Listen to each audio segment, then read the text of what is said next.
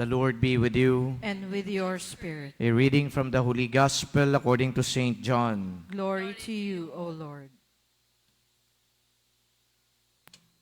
John was standing with two of his disciples, and as he watched Jesus walk by, he said, "Behold the Lamb of God." The two disciples heard what he said and followed Jesus. Jesus turned and saw them following him and said to them, "What are you looking for?" They said to him, "Rabbi," which translated means teacher, "where are you staying?" He said to them, "Come and you will see."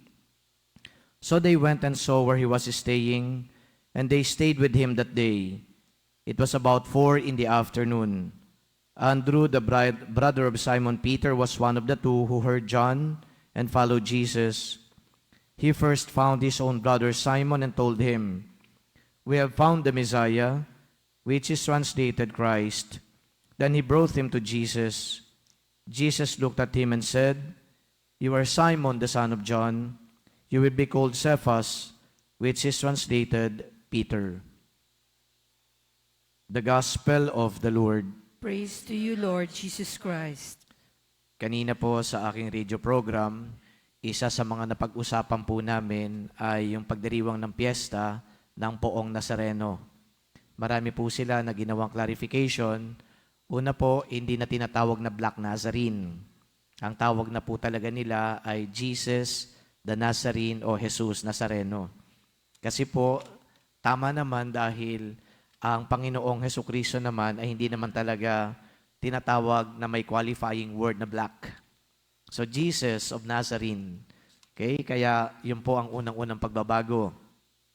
Kapag tayo po ay magdadasal at kapag tayo ay magdiriwang ng piyesta sa January 9, it's the feast of Jesus Nazareno, not anymore the Black Nazarene. Pangalawa po, na binanggit po doon ng isa sa mga organizers na wag na daw po tayo na dumalo doon sa Quiapo dahil ang pagdiriwang naman po ngayon ng Feast of Jesus the Nazarene ay all over the Philippines.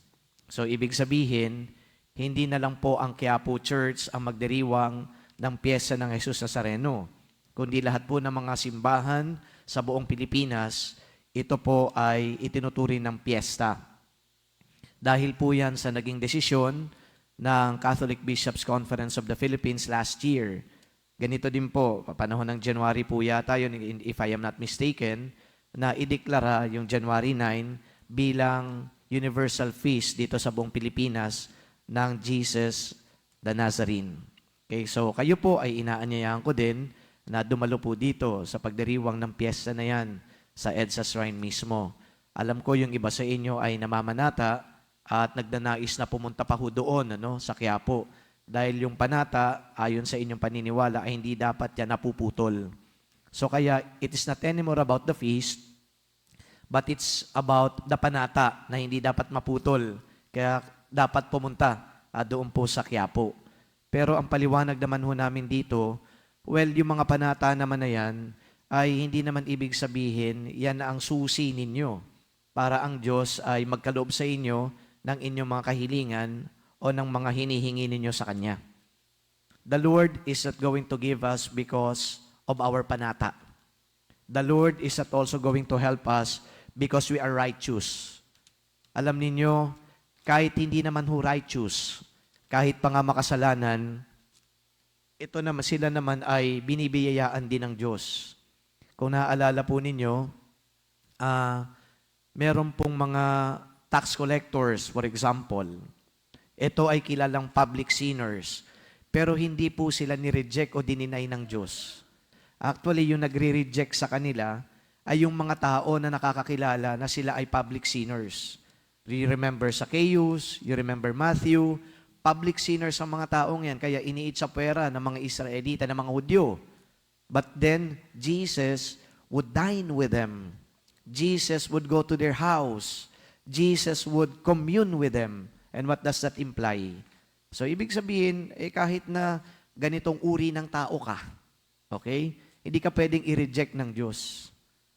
So, kung kahit na ho tayo ay hindi naman perpekto, dahil wala naman perpektong tao talaga, kahit na ho tayo ay punong-puno pa rin ng pagkakasala, when the Lord becomes merciful to us, and then He will grant our requests.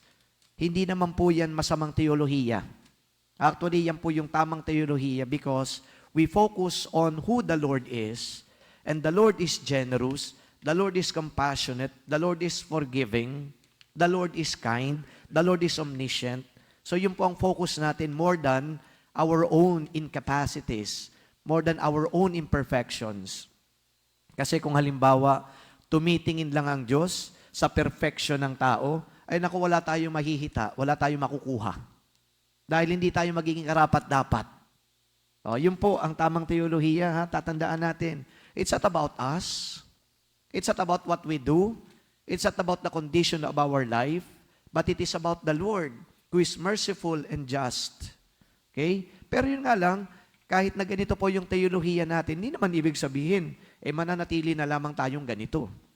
That we will continue to be sinful, we will continue to be mired in sinful situations, we will continue to be lax in our Christian life. Hindi po ganon.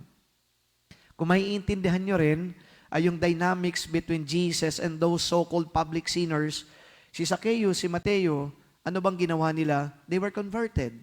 Because of their encounter with Jesus, there was conversion that happened. Yun din po ang hinihiling sa atin. Hindi naman porket sinabi pala na, bibiyayaan naman pala tayo ng Diyos eh. Kahit ganito yung kondisyon natin sa buhay, manatili na lang tayong ganito. No.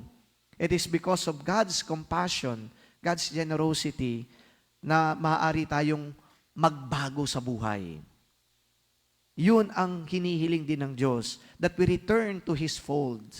We return to Him and embrace Him once more. Okay, ngayon, tingnan din natin, dito po sa gospel na napakinggan ninyo. Hindi po ito kwento lang ng conversion story. Hindi po ito kwento lang ng may mga nagnanais na makita si Jesus. Palagay ko ito yung kwento ng pagnanais nila na maging alagad ni Jesus. Nakita nila si Jesus, gusto naming sumunod sa iyo. Saan ka ba nakatira? And look at the uncertainty. Hindi nga nila alam kung saan nakatira. Di nga nila alam kung anong kondisyon ng buhay ni Jesus, but these people wanted to follow Jesus. And what does that mean? Etong mga taong ito nakaka-recognize na, okay, forget about the uncertain future. We are going to follow you and we may not even know what's in store for you. But then we are decided to follow you. Ano yung blind faith? Ano yon parang leap of faith? Bahala na. Tama, bahala na. Pero may dagdag tayo dyan ng mga Pilipino. Anong dagdag natin dyan? Bahala na ang Diyos. Tama ba? Yung sabi natin yan, Well, on our part, the future may be uncertain because we do not control it. And even if we say, may diskarte din ako, o meron din ako magagawa, o kakayanin ko yan. But sometimes, things get out of hand. Alam natin yan. Even if we prepare for it. Because there may be some circumstances, things that are not under our control. Kaya ayun, anumang paghahanda, anumang gusto natin, pumapalpak pa rin. Kaya, ang sinasabi natin, bahala na ang Diyos. Kaya palagay ko din, itong condition o nangyari dito sa gospel, bahala na ang Diyos. Where do you stay? Come and see. Tingnan ninyo. Para malaman ninyo kung ano bang gusto nyong sundin. Malaman ninyo kung anong pinapalo ninyo. Come and see. And then of course, kung ipagpapatuloy natin yung kwento, doon nila na-discover, sabi ni Jesus, if you want to follow me, take up your cross. If you want to follow me, foxes have a dens, but the Son of Man doesn't even have a room to lay his head on. Diba? Uncertainty, but bahala na nga ang Diyos. So, ganun pa man, ito palagay ko ay isang napakagandang paanyaya at reminder sa atin. Yes, we can do so many things. Yes, the future can be uncertain. Pero ando doon yung component ng Diyos.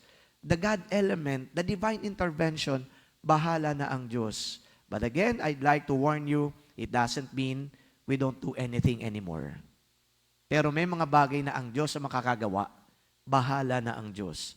So here, the disciples of Jesus indeed went with Him and followed Him. Bahala na ang Diyos sa kanila. Did they regret it? I don't think so. Because if you happen to look or read about the story of these apostles, walang regret sa kanila. In fact, kung meron mang regret, nung tinabla nila at tinalikuran si Jesus. When Christ was on the cross, I think that's the time that they feel that regret. Dahil tinraidor nila si Jesus. But after that, during the resurrection, what did the apostles do?